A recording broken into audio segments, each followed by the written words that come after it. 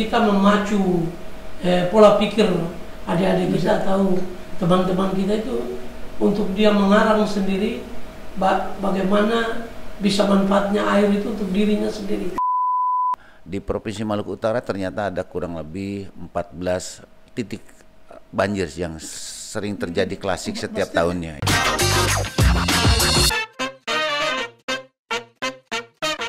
Assalamualaikum warahmatullahi wabarakatuh. Waalaikumsalam warahmatullahi wabarakatuh.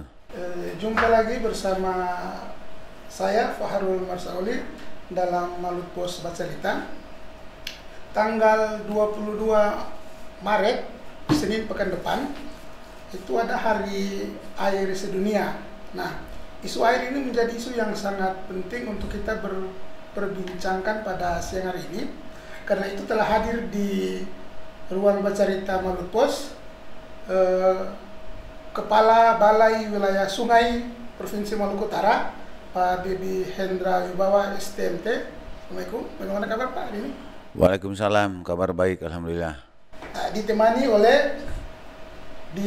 oleh Ketua Panitia Pelaksanaan HUT Hari Air Sedunia BWS Wilayah Sungai Maluku Utara, Pak Abu Bakar Bahmin.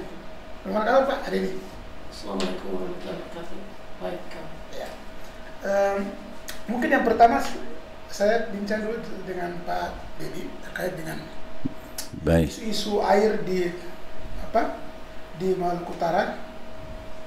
Sejauh ini Pak melihat potensi air di Maluku Utara ini seberapa besar? Kan kalau misalnya kita lihat di beberapa wilayah di Indonesia kan itu sudah mulai ada tanda-tanda air mengalami krisis yang sebenarnya tanda-tanda ke arah sana. Kalau di Maluku Utara sendiri bagaimana Pak? Nah, terima kasih. Secara hidrogeografis ya, di kondisi kualitas maupun kuantitas air di Provinsi Maluku Utara pada saat ini kondisinya kalau dibandingkan dengan jumlah penduduk yang ada itu masih surplus, masih terjaga baik secara kuantitas maupun kualitas. Memang ada fenomena di daerah-daerah tertentu terjadi polusi, pengambilan air yang masih liar, tapi masih dalam kategori wajar. Di secara umum antara air yang tersedia secara kuantitas maupun kualitas masih surplus, masih mencukupi untuk mensuplai atau memenuhi kebutuhan air baku, air bersih untuk masyarakat di Provinsi Maluku Utara. Demikian. Kalau surplus, tapi mengapa di beberapa daerah misalnya kadang banyak yang mengeluhkan ke PDAM? Apakah itu karena di PDAM itu pelayanannya kurang baik atau mungkin ketersediaan infrastruktur di sana belum memadai sehingga tidak mampu mengaliri air yang sebenarnya jumlahnya banyak ini? Itu masalahnya sebenarnya gimana? Baik, mungkin seperti ada kasus di Kota Ternate sendiri. Nah, gitu kan. Kita punya beberapa pompa, reservoir di Ngade atau di yang lainnya. Secara hitung-hitungan supply dan demand itu masih seimbang. Cuman kadang-kadang pada pelaksanaan operasionalnya bahwa ada sesuatu gangguan. Pertama, mungkin bisa saja jaringan dari PDAM itu ada bocor, atau yang kedua mungkin pompa di kami yang kami dulu buangun sehingga pompanya ada kerusakan. Kerusakan itu bisa diakibatkan kalau menurut secara kualitas lifetime pompa itu cukup lama. Cuman kadang-kadang terjadi mohon maaf mungkin karena ini kawan kita stakeholder di PLN, kadang-kadang listrik itu sering mati. Jadi otomatis dengan kondisi seperti itu mungkin bukan pompa saja, alat-alat rumah tangga di rumah pun itu sangat terganggu dengan tidak stabilnya voltase atau dengan sering padamnya seperti itu, atau mungkin kadang-kadang pompa kita di luar dugaan terjadi kerusakan. Oleh karena itu pada saat-saat tertentu bisa saja suplai air dari pompa itu tidak masuk ke reservoir, itu terganggu, sedangkan kebutuhannya secara berkesinambungan terus-terusan dipakai gitu kan. Tapi apapun juga itu masalahnya sebenarnya untuk stok air di reservoir kami selalu pantau baik kondisi reservoirnya barangkali ada yang bocor, instalasi pipanya barangkali ada bocor, dan termasuk pompa kita barangkali ada yang bocor. Tapi untuk jaringan yang ke rumah itu tuh bukan kewenangan kami, itu kewenangan dari pengelolaan dari di seluruh Indonesia, itu kewenangan dari PDAM sendiri gitu Pak. Ya, kalau misalnya di Ternate kan kemarin ketika kekurangan, mulai ada tanda-tanda kekurangan air kan, memang BWS sudah sangat membantu dengan adanya sumber air baru yang di Ngade itu Pak. Itu memang sangat membantu sekali. Betul. Di Ngade sendiri pernah beberapa bulan yang lalu pompa kita memang tidak beroperasi karena ada kerusakan gitu kan, dan terus ternyata ada perhitungan secara kebutuhan listriknya tidak memadai. Makanya kemarin setelah dievaluasi kita pasang meteran baru supaya untuk untuk kebutuhan menggerakkan pompa sendiri betul-betul terpenuhi gitu Pak. Dengan adanya sumber air di situ, sampai sejauh ini mungkin keluhan masyarakat terhadap pelayanan air sudah jauh menurun dibandingkan sebelumnya. Memang ada fenomena keluhan beberapa masyarakat pada saat ini, tapi kondisinya rata-rata di jaringan yang dikelola oleh PDAM gitu kan. Nah, tapi kami tidak menutup kemungkinan tatkala masyarakat ada keluhan baik itu jaringan di kami maupun PDAM, saya kira bisa kita secara terbuka atau kirim surat untuk menyampaikan ke kami supaya tim kami nanti dari ada kesatkeran atau kepala seksi operasi dan pemeliharaan untuk turun ke lapangan melihat kondisi seperti itu. Nanti penangannya, treatmentnya apakah ini kewenangan kami atau kewenangan dari PDAM sendiri. Kalau infrastruktur yang disediakan sejauh ini sudah sejauh mana Pak untuk infrastruktur yang disediakan oleh BWS? Untuk Provinsi Maluku Utara sebenarnya kami sudah membangun hampir di setiap lokasi, di Ternate, di Morotai, terus di Bacan, semua gitu kan. Tapi kadang-kadang kan pertumbuhan penduduk itu cukup dominan sendiri. Kita selalu mengevaluasi kondisi itu. Tetapi sebenarnya kami untuk reservoir sudah memperhitungkan untuk pertumbuhan penduduk ke depannya. Nah, cuman kadang-kadang kita jaringan pipanya tidak dimaksimalkan dulu, disesuaikan dengan kondisi penduduk. Kalau memang penduduknya jumlah sekian, pipanya sekian. Jadi tatkala untuk pengembangan masyarakat nanti ada pertumbuhan penduduk, jumlah penduduk cukup banyak, kita tinggal membesarkan kapasitas atau menambah pipa baik dari dimensinya maupun dari panjangnya. Sehingga sebenarnya kami sudah hitung-hitungan dari kapasitas dimanapun reservoir kita bangun, asal itu betul-betul daerah CAT, cekungan air tanah, saya pasti terjamin masyarakat itu. Seperti di Metara, kita sudah membangun, malah masyarakat sendiri sampai saat ini sangat bagus dari kepala desa masyarakat bahwa kegiatan sekalipun kami tidak mengeluarkan kegiatan OP, masyarakat sendiri sudah rasa memiliki untuk melakukan operasi dan kegiatan itu sendiri. Operasinya mungkin dilakukan oleh PDAM, tapi pemeliharaannya bisa sama-sama PDAM dengan masyarakat itu sendiri. Mungkin. Ya, saya beralih ke Pak Bakar ini terkait dengan HUT area sedunia. Kira-kira tahun ini temanya yang diangkat apa Pak? Tema HUT air sedunia ini. Assalamualaikum warahmatullahi wabarakatuh. Salam. Jadi tema yang kita buat sekarang untuk hari air sedunia ini, itu temanya mengelola air, menjaga kehidupan. Jadi mungkin temanya itu bisa kita sama-sama menjaga air kan, untuk kehidupan kita semua, maksudnya untuk makhluk hidup yang ada. Iya, air kan menjadi kebutuhan semua orang, terutama manusia. Misalnya di tubuh kita saja ini sekitaran 80% ini air, jadi air memang sangat penting sekali. Sejauh ini mungkin untuk meriahkan HUT sendiri, apalagi kan sementara ini ada COVID-19 juga, dan otomatis banyak kegiatan-kegiatan yang tidak bisa leluasa dilaksanakan lah kalau di BWS sendiri menyiapkan kegiatan apa saja Pak? Ya, jadi kita kegiatan kita itu ada penanaman pohon, ada juga kita buat film pendek, Iya. ada juga sekolah sungai ya, sekolah sungai itu kita lakukan dari sekolah SD, SMP dan SMA. Nah, kita lakukan itu, dan ada beberapa acara lain juga kayak gateball, gateball. Itu kegiatannya melibatkan apakah internal balai saja ataukah memang ada misalnya dari pihak lain lagi selain sekolah-sekolah yang sudah Iya, ada juga kayak masyarakat peduli sungai. Itu kita libatkan. Kalau gateball memang dari kita sendiri, dari pegawai BWS itu sendiri.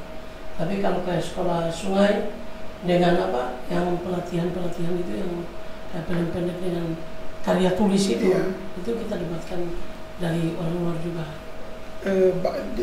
Antusiasme orang mengikuti kegiatan itu bagaimana? Kelihatannya cukup lumayan, bagus juga sih. Agak banyak juga yang daftar kemarin, jadi ya lumayan lah kalau kita lihat itu. Memang masyarakat Maluku Utara alhamdulillah banyak yang ikut, banyak yang daftar ikut. Ya, memang kan soal air ini harus banyak kita lakukan sosialisasi agar biar menjadi perhatian semua kalangan, terutama masyarakat ya Pak. Iya Pak.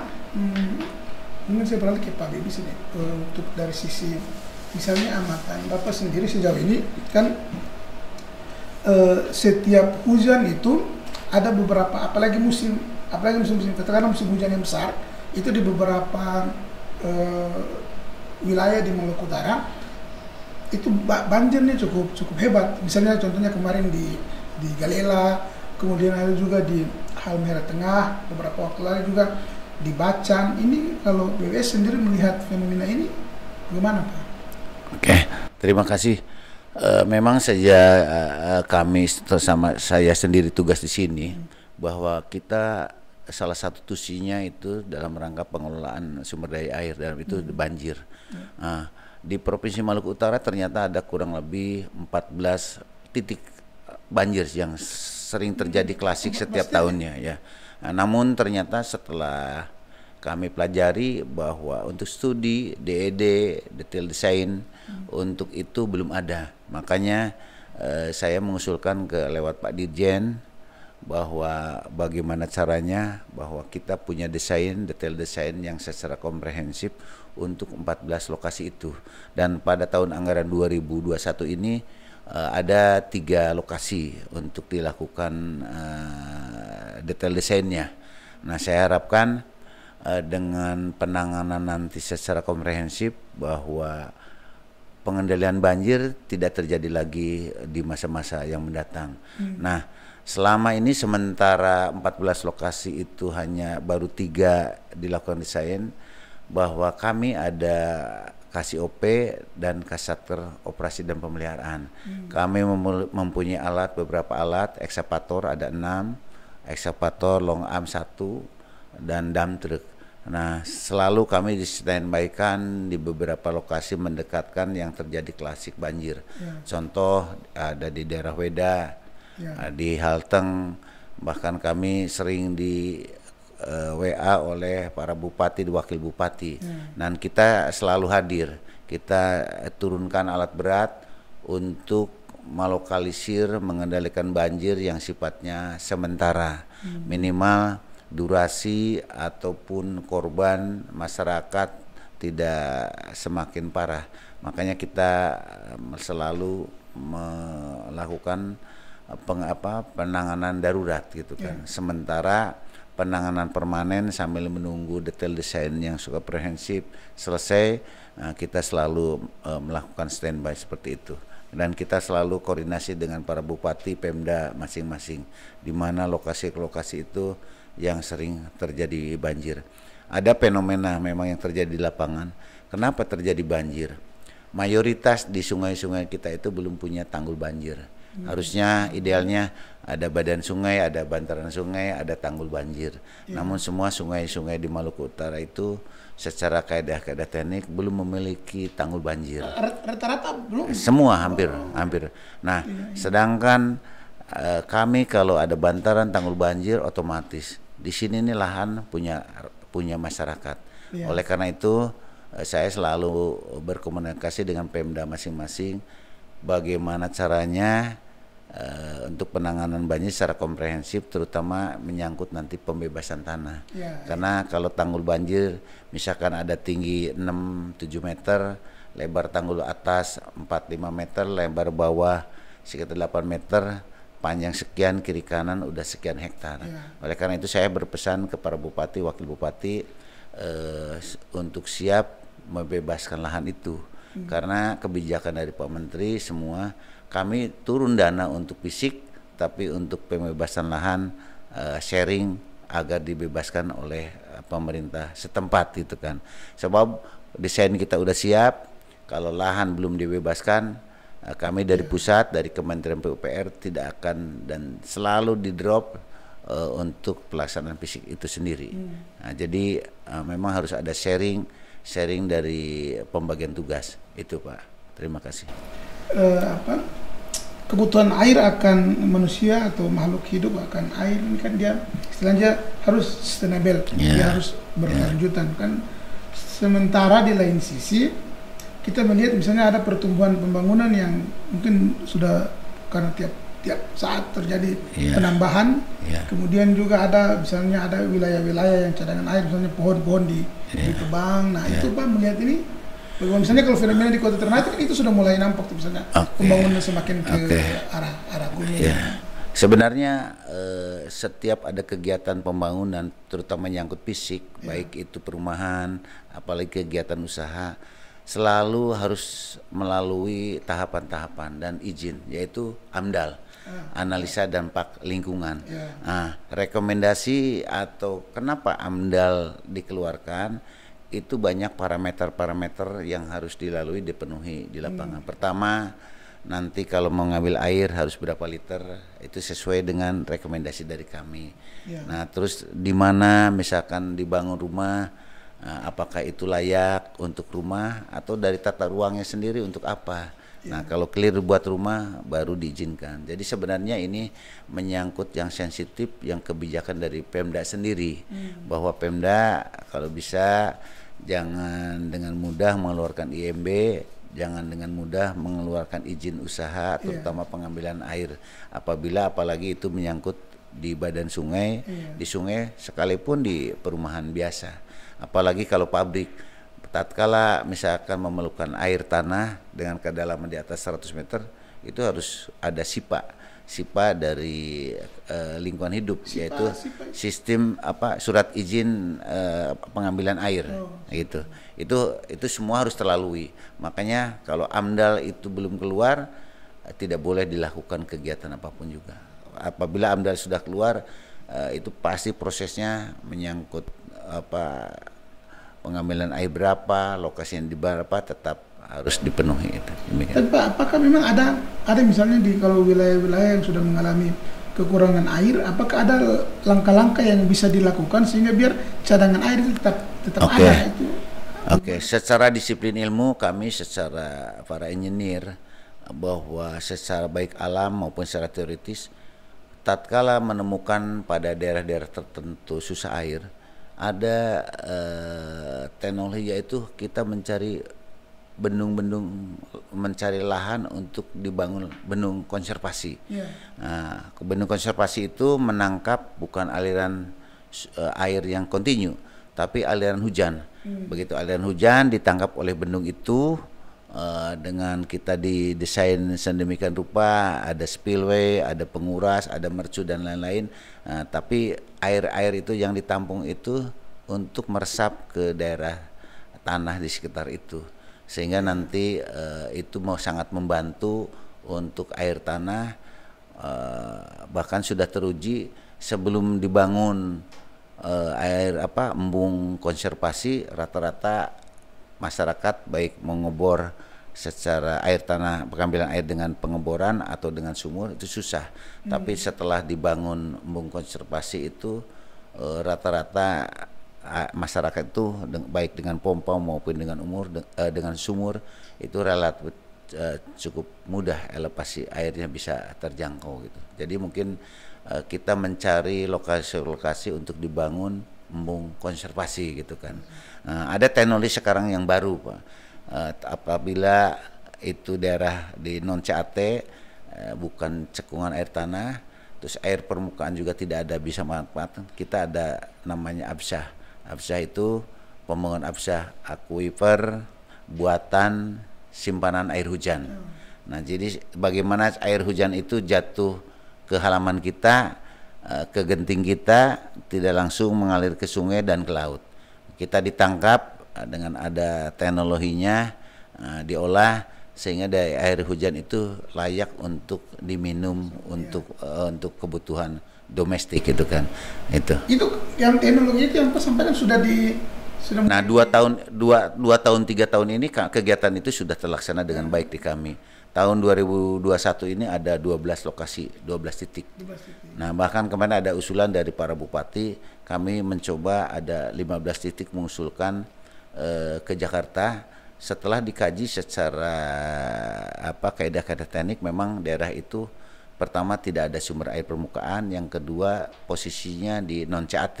Makanya kita hadir tatkala yang non CAT tidak ada air permukaan. Solusinya untuk pemenuhan air baku masyarakat itu dengan ABSAH itu dibangun dengan konstruksi yang sederhana gitu kan. Nah, sementara ini dikerjakan tidak kontraktual, tidak ditenderkan. Kenapa? Sebab teknologi ini baru, jadi kita dilaksanakan dengan swakelola, dikerjakan oleh kita sendiri dengan melibatkan masyarakat setempat gitu kan. Karena kalau dilelangkan secara regulasi peraturannya belum ada untuk memfasilitasi itu. Ya, saya beralih ke Pak Abu Bakar, Pak. Dari berbagai kegiatan yang dilakukan tadi, kira-kira manfaatnya sendiri bagaimana Pak dari berbagai kegiatan itu? Ya, sudah pasti ada manfaatnya. Karena dengan kegiatan ini kan ada beberapa item yang kita buatnya itu ada penanaman pohon, kayak penanaman pohon durian kan ada 1000 pohon ya, sama mangga 1000 pohon. 1000, ada juga mangga 1500. Nah, jadi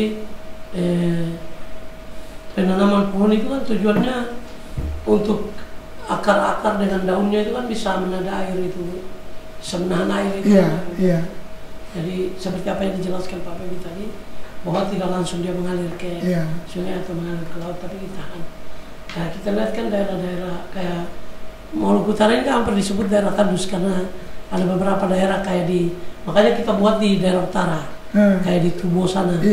Dan jadi kita tanam di pinggir sungai itu, sekalian kita sampaikan juga ke masyarakat, ada yang mau ambil untuk tanam di pekarangan atau apa, ya tidak ada masalah, kita kasih saja, tidak dipungut bayaran atau tapi itu tersebar di banyak titik Pak yang penanam pohon itu. Iya, maksudnya dilihat daerah-daerah yang ini kita berikan di sini tanam. Tapi mungkin kita fokusnya ke Tubo itu. Iya. Jadi kita fokus itu, tapi yang lain juga boleh. Nah, sudah itu kan ada beberapa kegiatan lain lagi, kayak seperti kita bikin itu karya tulis itu dengan judul temanya itu kan apa arti air bagimu. Jadi kita memacu pola pikir adik-adik kita atau teman-teman kita itu untuk dia mengarang sendiri bagaimana bisa manfaatnya air itu untuk dirinya sendiri. Jadi karya tulisnya itu untuk kita memancing dia untuk dia berpikir tentang pemanfaatan air itu. Nah, sudah itu ada juga kita buat kayak masyarakat peduli sungai. Kan masyarakat peduli sungai ini kan kita bimbing mereka. Sudah dari awal kita libatkan mereka, kita bimbing. Sudah itu kita sekarang kan mereka kumpul itu anak-anak macam anak SD, SMP, SMA. Mereka berikan pengertian. Masyarakat peduli sungai itu diambil dari mana-mana sih orang-orangnya, dikumpulkan dari. Iya, ada lembaga-lembaganya, ada lembaga masyarakat peduli sungai itu ada lembaga. Jadi ada lembaganya tersendiri yang memang sudah ada. Jadi dia terlibat dengan kita. Jadi ada kita punya ini PPK SDA itu yang melibatkan itu. Jadi ada juga kita punya lembaga itu. Tapi bukan dari pegawainya, bukan dari kita. Bukan. Jadi barangkali ada beberapa LSM juga yang masuk ke situ. Oh, betul. Iya. Jadi dia ini. Jadi kalau mau dilihat memang manfaatnya cukup besar ini dengan kegiatan hari air yang kita buat ini. Karena hari air ini kan sudah kita buat beberapa kali. Malah ini 29 ya. 29. Ya, jadi banyak juga yang kita berikan untuk Maluku Utara tentang air ini, bisa pengertian tentang air. Terutama kan misalnya kalau yang untuk kalangan tadi kan yang tadi juga sempat sampaikan soal ada kegiatan di ke sekolah-sekolah, baik? Iya, kita kemarin kan kita bikin pendaftaran itu, jadi untuk didik mereka. Jadi itu bagaimana dia modelnya, model kegiatannya? Jadi kita ajari mereka, kan kemarin kan kita buka pendaftaran. Iya. Kita buka pendaftaran, silakan mereka daftar. Maksudnya ada yang daftar anaknya atau dari sekolahnya, silakan, kan kita ada punya itu. Jadi mereka daftar, nanti kita bimbing. Makanya kita berikan pengertian, mungkin kita berikan kayak kemarin kan kita lakukan pembersihan sungai. Iya. Jadi plastik-plastik yang ada di sungai itu kita angkat, sudah itu kita daur ulang kembali untuk dia menjadi kerajinan tangan. Jadi dia bermanfaat lagi. Nah, dari kita didik mereka ini untuk begitu, dan kita berikan pengarahan supaya dia tahu bahwa oh iya, jangan kita buang sampah di sungai, mesti ini. Iya. Saya kembali ke Pak Bibi. Saat ini kan mungkin kita lihat di Kota Ternate saja, Pak. Ada sebagian yang mungkin ada yang rasa takut, was-was akan terjadinya krisis air pada beberapa waktu mendatang. Kira-kira ini mungkin BWS sendiri melihat bagaimana, Pak? Apakah sudah ada upaya-upaya untuk menjaga agar ketersediaan air di khususnya di Kota Ternate ini dia tetap berkesinambungan, Pak? Ya. Ada langkah yang sudah dilakukan. Terima kasih. Sebenarnya masyarakat tidak usah resah, gitu, karena asal bahwa semua disiplin dan patuh terhadap peraturan yang ada. Nah, ada fenomena kadang-kadang, mohon maaf, di masyarakat, terutama yang domestik. Kita ada PDAM, meteran ada, tapi kadang-kadang masyarakat bukan mengalir sendiri, tapi kadang-kadang membuat tampungan terus disedot oleh pompa. Nah, itu saya kira tidak bijak gitu kan, karena nanti mengganggu sustainable untuk kesinambungan yang sebelah hilir gitu kan. Nah, fenomena seperti ini kan sebenarnya susah untuk diketahui karena PDAM sendiri, kami sendiri tidak punya polisi militer untuk mendeteksi itu. Cuman hanya satu, kesadaran dari masyarakat itu sendiri. Nah, gitu. Di samping di lain pihak kita betul-betul menjaga dan mengendalikan untuk pemakaian air. Misalkan cuci piring, kalau sudah mungkin tidak satu dicuci, atau nunggu banyak dulu baru dicuci, kan itu satu. Atau nyuci juga begitu, kadang-kadang sudah bersih tapi dihambur-hambur. Terus kadang-kadang di keluarga sendiri ada pipa bocor, ada keran bocor, dibiarkan sehingga air mengalir walaupun setetes satu rumah. Kalau 1000 ke rumah udah 1000 tetes, kali sekian jam, kali sekian hari, itu juga hal yang sangat mengganggu, sehingga nanti hitung-hitungan dari supply demand-nya itu hitungan kami atau PDAM cukup, tapi di lapangan secara operasional tidak cukup. Nah, itu kan, jadi memang dituntut kedisiplinan, ketertiban, pertama dalam rangka melakukan efisiensi dan dalam rangka pemanfaatan air sesuai dengan meteran yang ada. Karena mungkin air stoknya melimpah sehingga perilaku masyarakat juga belum terdidik secara baik, sehingga penggunaan air cenderung boros pada hal-hal yang sebenarnya tidak perlu, Pak ya. Memang ini perlu kesabaran, perlu sinergitas dari Pemda dengan kami. Bahkan mungkin di forum-forum yang pas harus ada edukasi. Edukasi bisa saja mungkin walaupun pada saat ini COVID gitu, tapi kan bisa Zoom atau lewat YouTube, lewat mana sosial media, sehingga keluarkan suatu narasi-narasi yang himbauan bahwa bagaimana caranya kalau kita saat sekarang menghambur-hamburkan air, anak cucu kita itu seperti apa. Gitu, masih shock terapi, tapi bukan untuk menakutkan, shock terapi dalam rangka mengedukasi bagaimana caranya menghemat air, bagaimana menjaga kita di sumbernya. Nah, termasuk membangun rumah.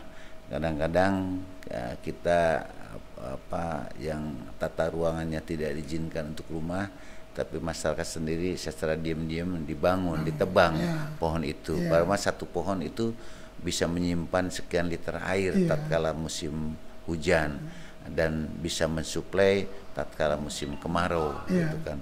Nah, ini saya kira tidak bisa parsial, merupakan kerjasama dari berbagai stakeholder, terutama Pemda harus tegas, gitu kan, terutama mengizinkan bangunan dibangun di mana dan sumber airnya dari mana, gitu kan.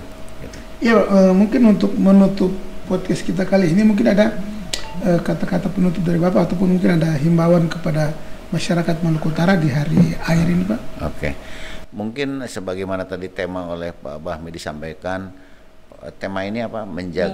Mengelola air, menjaga kehidupan. Udah jelas dari 4 kata itu, kata kuncinya bahwa kita wajib, walaupun gimana pun juga, dimanapun juga wajib untuk mengelola air dengan pengertian secara holistik, gitu kan, sehingga betul-betul tatkala ada orang masyarakat tidak bisa mampu mengelola air, sama dengan merusak kehidupan, gitu kan.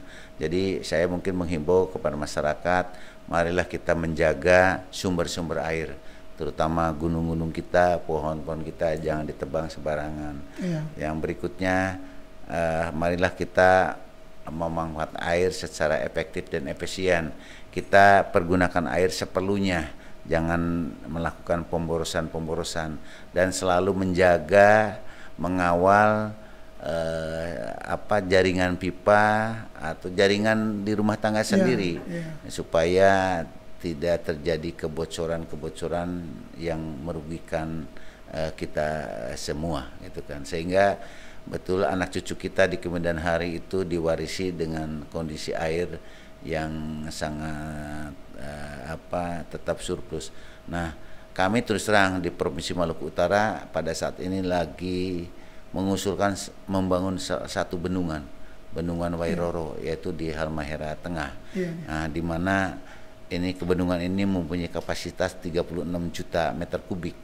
Nah, yang punya manfaat pertama bisa untuk menjadi turbin listrik, terus yang kedua bisa mengairi sawah seluas 3.100 hektar dan mengendalikan banjir yang selama ini yang ada 11 titik itu mungkin bisa mengendalikan banjir ada 6 titik untuk di Halmahera Tengah. Fungsi lain sebagai pariwisata. Jadi apabila bendungan itu bisa terwujud, dilaksanakan dan selesai, wah, harus berbangga hati untuk Provinsi Maluku Utara, apalagi bendungan pertama. Oleh karena itu kami menghimbau kepada seluruh masyarakat Maluku Utara, mohon doanya sehingga betul-betul pembangunan bendungan Wairoro di Maluku Utara merupakan bendungan pertama yang akan dibangun dapat terwujud. Targetnya kapan? Targetnya minimal tahun ini bisa proses kontrak selesai 3-4 tahun ke depan, gitu kan. Berarti itu akan menjadi bendungan pertama di Provinsi Maluku Utara. Iya, Pak Bokar sendiri kira-kira mungkin ada harapan Bapak dalam Hari Air Sedunia ini, kemudian juga berkaitan dengan berbagai kegiatan yang telah dilakukan itu, Pak? Iya, terima kasih. Mungkin di sini saya harapkan dengan adanya kegiatan-kegiatan ini yang sudah kami lakukan kepada masyarakat, khususnya masyarakat Maluku Utara pada umumnya, dan juga untuk kami sendiri, supaya dapat mengelola air untuk menjaga kehidupan kita bersama ke depan nanti. Ya, mungkin itu. Iya, baik. Terima kasih atas kehadiran Bapak-bapak di sini, Pak Bibi dan Pak Abu Bakar. Kegiatannya lancar dan apa-apa yang telah menjadi hal-hal yang telah direncanakan dapat berjalan sesuai yang kita inginkan bersama. Amin. Demikian podcast kita kali ini. Kita jumpa lagi dalam isu-isu yang lain di hari-hari mendatang. Billahi taufiq wal hidayah. Assalamualaikum warahmatullahi wabarakatuh. Waalaikumsalam warahmatullahi wabarakatuh.